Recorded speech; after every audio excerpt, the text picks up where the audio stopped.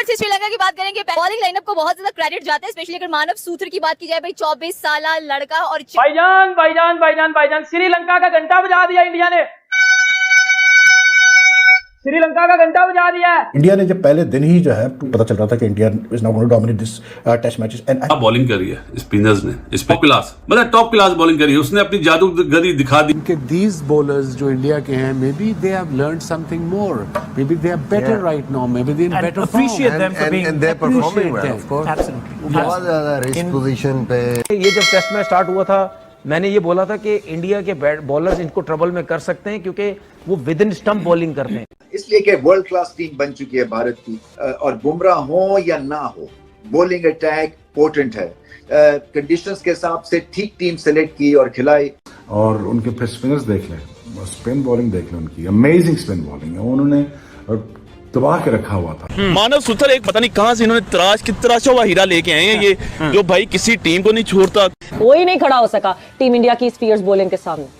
देखें, आपके साथ मुशी भाई बैठे हैं, उन्होंने पहले प्रेडिक्ट कर लिया था कि ये वन साइडेड होगा, हमें मान लेना चाहिए था, लेकिन हमने उनकी बात नहीं मानी। तो खैर मुशी भाई well done. Discipline, bowling discipline, एक ही जगह से उन्होंने आउट किया, उन्होंने कोई एक्सपेरिमेंट नहीं किया बॉल के साथ, उन्होंने लाके अच्छे एरिया में बॉल की है और क्या आउटस्टैंडिंग स्पेल दोनों तरफ से हुए हैं कि मजा आ रहा था, ऐसा लग रहा था इंग्लिश कंडीशन में बॉलिंग हो रही है। तो ऑनेस्टली स्पीकिंग मैंने दोनों फास्ट बॉलर्स की बॉलिंग को बहुत जबरदस्त एंजॉय किया, इसलिए एंजॉय किया कि उन्होंने कोई चालाकियां, कोई तीसरा प्लान दूसरा प्लान नहीं किया, उन्होंने आके अच्छे एरिया पे नए बॉल को इस्तेमाल किया है और उसका रिजल्ट आपके सामने।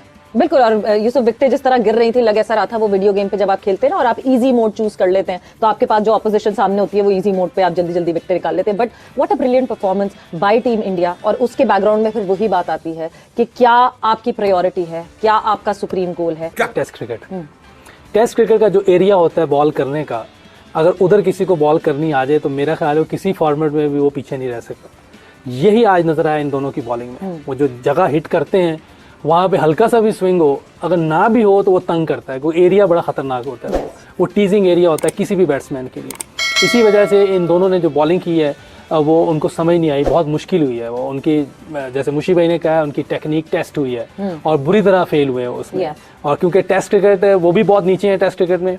इंडिया चूंकि टेस्ट क्रिकेट 2 बार फाइनल खेली है वर्ल्ड चैंपियन, ऑस्ट्रेलिया में 2 बार सीरीज जीत के आई है, पहली एशियन टीम है जो ऑस्ट्रेलिया में सीरीजें जीती है। और इसी वजह से कि वो टेस्ट क्रिकेट को बहुत पसंद करते हैं।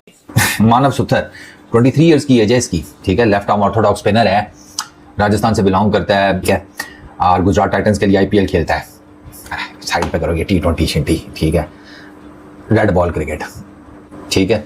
मानव सूत्र की जो बॉलिंग परफॉर्मेंस है दैट इज, और ये जो उसके फिगर्स है ना, इन फिगर्स ने उसको एक बड़ा इलीट क्लब दिया है। तो मानव सूत्र ने वो, टू बी वेरी ऑनेस्ट, उसने ना वाकई में आकर ना एक इन अ वे के रेवोल्यूशन प्रोवाइड की है।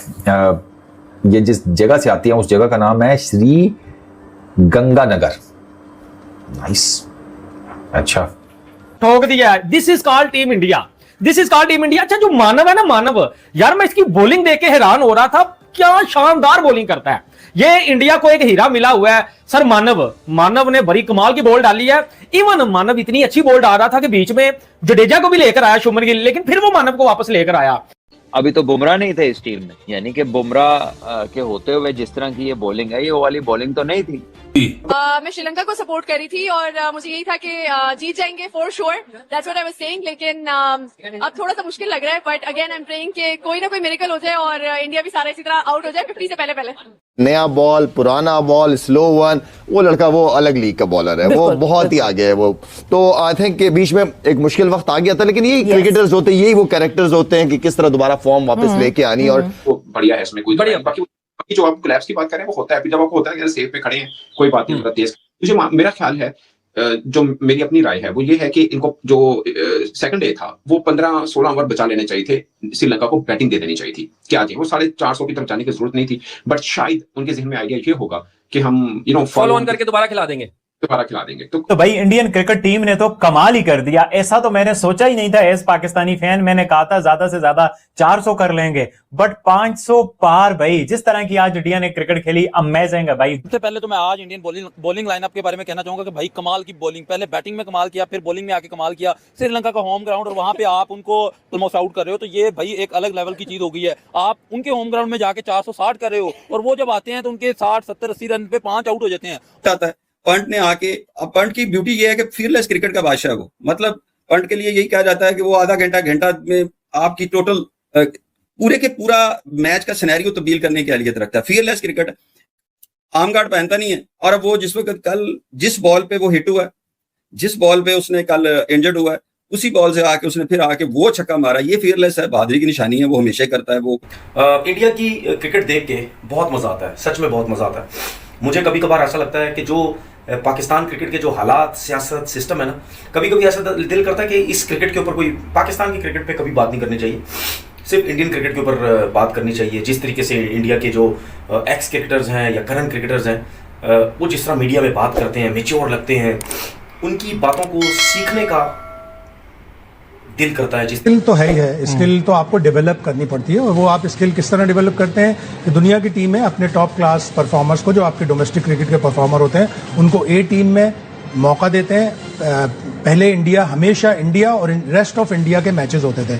रेस्ट ऑफ इंडिया कौन होते थे? जो डोमेस्टिक क्रिकेट के उनके परफॉर्मर होते थे। जब वो इंडिया की मेन प्लेयर्स के साथ खेलते थे, उनकी स्किल डेवलप होती थी। इसी मानो सदर ने अच्छी बॉलिंग की है, अफगानिस्तान के खिलाफ भी कर गया, यहाँ पे भी कर गया, बट कुलदीप के बराबर का तो नहीं है ना। बड़े इंडियन भी कोई कहेंगे नहीं यार वो इंडियन शील्ड लेगा, अच्छा बॉलर है, कुलदीप के बराबर का वो नहीं है। बट कुलदीप को इतना छुपा के रखना और या उसको मौका ना देना, वो थोड़ा सा लग रहा है there might be something fishy, I don't know, may be.